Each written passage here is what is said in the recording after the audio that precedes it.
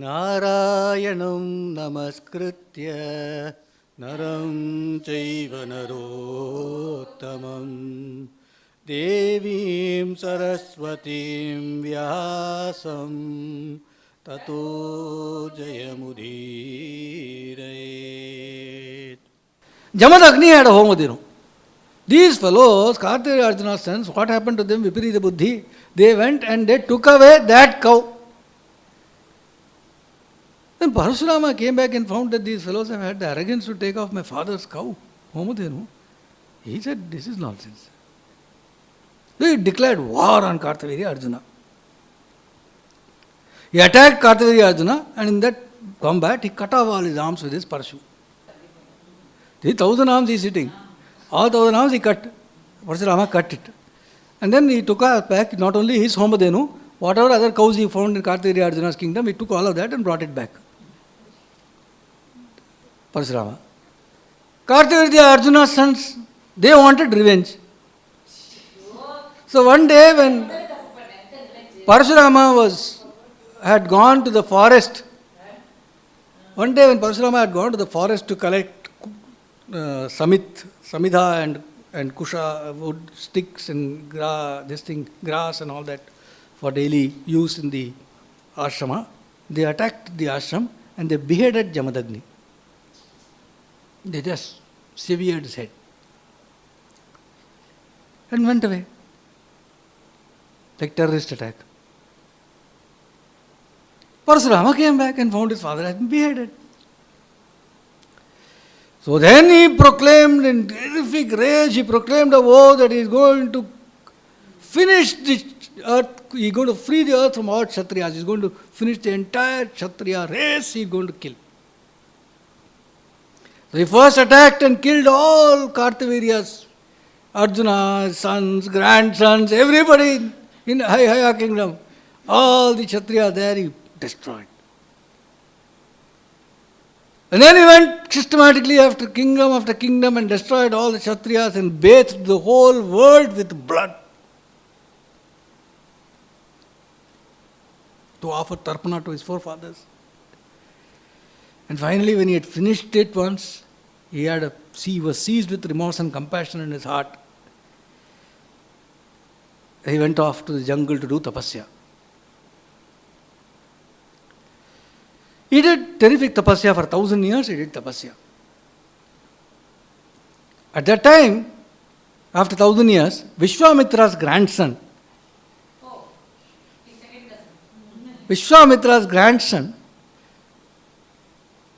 named Paravasu, he was Raibhya's son, Paravasu, came and met him in the forest and mocked him and told him, do you know that the world is full of Kṣatriyas now?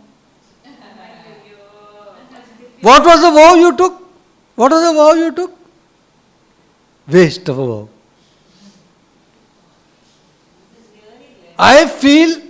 I was wondering why you are in this jungle. You are in this jungle because you fear the Kṣatriyas. To take refuge, you have come here and you are hiding and doing tapasya. What happened to that vow? And all he laughed. Parasurama said, my God. He took up his arms again, and went on a killing spree. He would not spare a single Kṣatriya man, but he will not attack Kṣatriya women. Boys also he will kill, but Kṣatriya women he will not kill. So some Kshatranis were carrying and all that, because of them the race would again be there.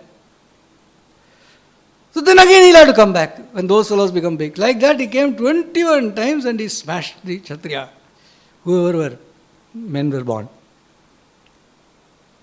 Then after that, he did Ashwamedha Yagam. And after doing Ashwamedha Yagam, he gave the dana of the entire kingdom to Kashyapa Rishi. Now Kashyapa Rishi, he wanted to put an end to this. He said, this fellow will come again.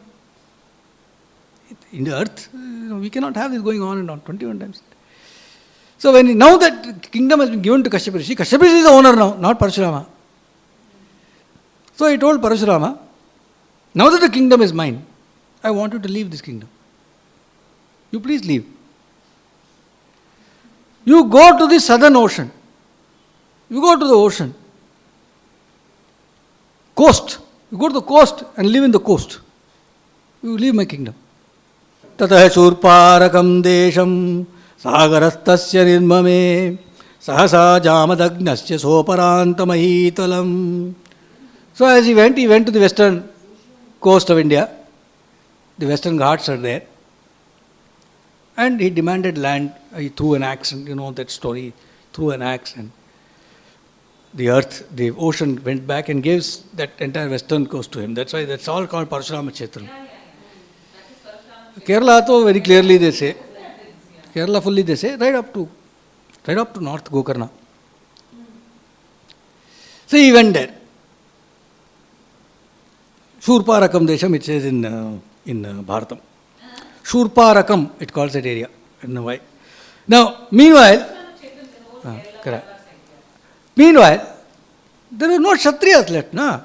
This world keeps on destroying 21 times, generation is destroyed. All was Arajakam. Dharma was affected. Where there is no rule of law, what dharma can anybody do? So, Prithvi, earth goddess, suffered. She suffered very badly. So in anguish, she went to Kashyapa Rishi, who is now the overall ruler, and she said, you have to give me protection. He says, what can I do? He said, you have to give me Kshatriyas. I need Kshatriyas to rule.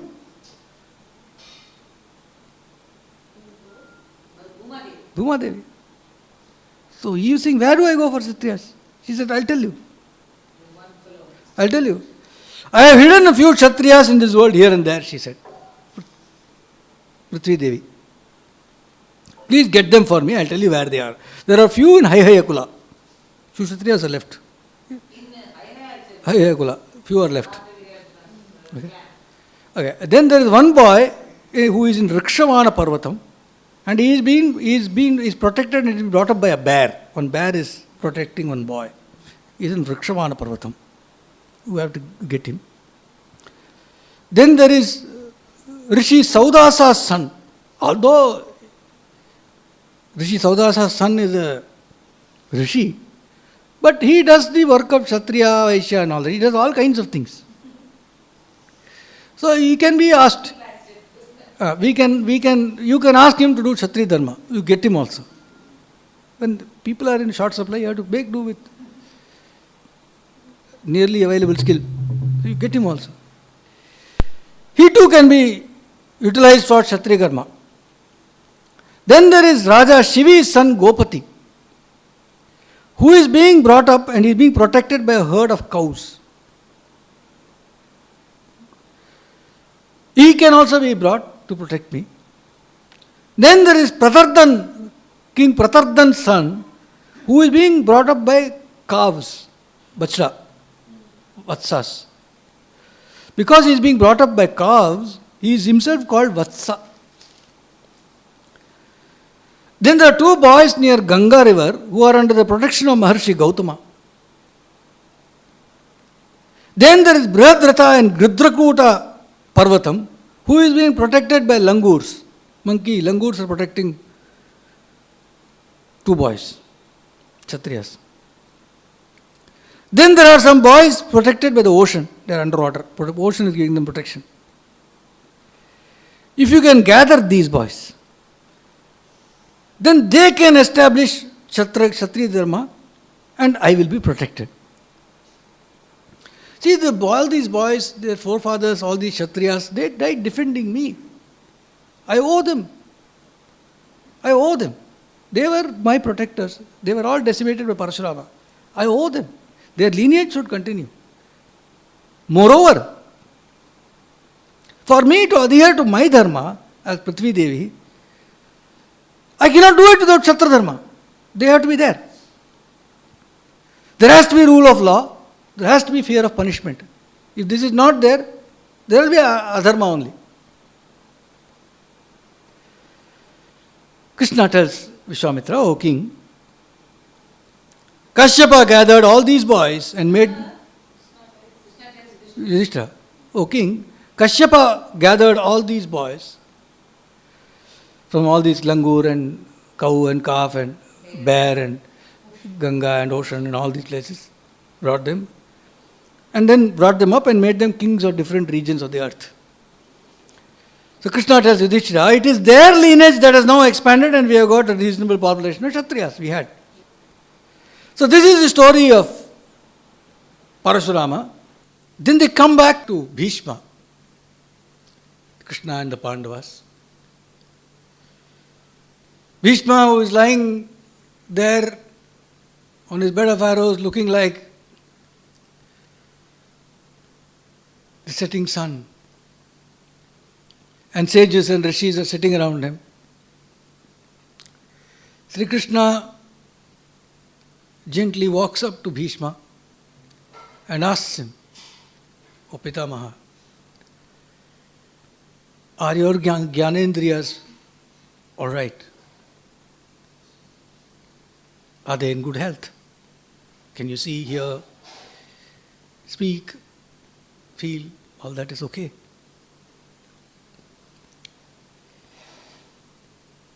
I know that the pain you must be undergoing will be unbearable. Even a thorn in the foot of a man, it creates so much problem. Where then is the pain that will be caused by a body which has been riddled with arrows?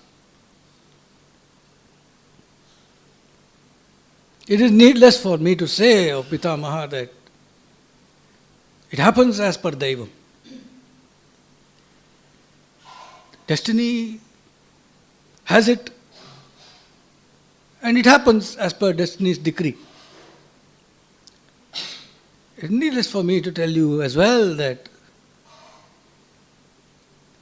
one should not grieve over it. You know, sometimes our mind says, if we had not done that, then I would not have suffered like this. Had I not done this, then I should have not done that. Grieving over it. So whatever you have done, if this was in the Daivam, it will happen. Right?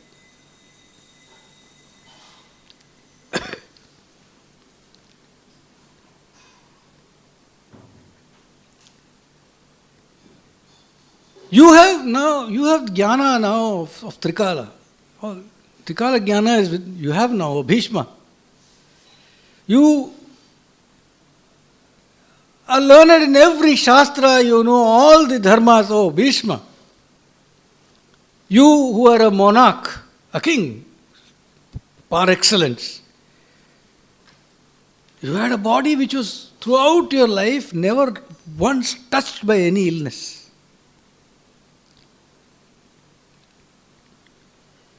And you lived gloriously in a royal setting with thousands of women around you, but you are an Aishtika Brahmachari. Udvareta Yati. I have not seen someone like equal to you, O Bhishma. In all the three worlds, I have not seen a single person who has established control over death. It is you alone who has that power.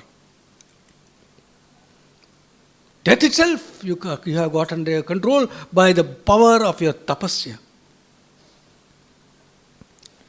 I know you, O Pitamaha, you are a Vasu. You are a Vasu. And you have the capacity to create the universe. They are supremely powerful. They create the three worlds. You have the power to create the universe. And you, O Pitamaha, are the repository of all knowledge of all dharmas. I request you, please, give dharma upadeśa to the Pandava, Yudhishthira, and his brothers who are all reeling in sorrow. Bhishma is lying in utter pain and seeing Kṛṣṇa in front of him. And he says, Namaste Bhagavan Kṛṣṇa Lokanam Prabhavapyaya. He starts with Namaste. He says, I bow to you, O Bhagavan Sri Krishna, you are the glory of all the world, all the universes. You are the creator and the destroyer of all the worlds, O Kṛṣṇa. O Rishikesha, I can see you very clearly. I can see you very clearly. You are absolutely beyond all the phenomena. You are beyond all the 5 elements. I see you clearly as a moksha swarupa, O Lord. You are the liberation itself. I can see that it is you who are pervading all this. All the 7 worlds, it is you who are pervading, O Kṛṣṇa. I can see. I can see that the heavens are your head region, the earth is your feet region. I can see that the sun is your eyes, O Kṛṣṇa.